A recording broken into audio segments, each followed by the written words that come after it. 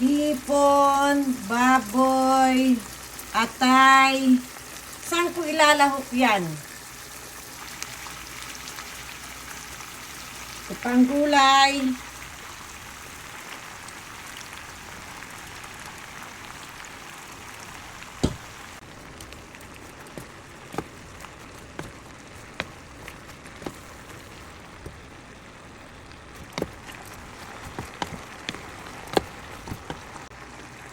Mukhang mas marami pa yata ang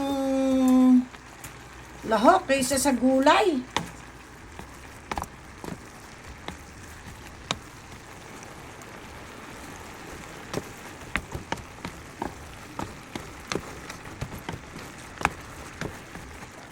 At dahil may nakita akong itlog ng pugo, yan, nilaga ko.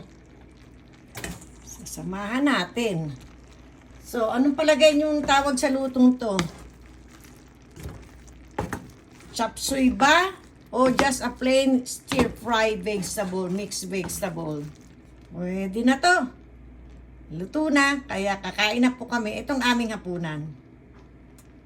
Thank you for watching.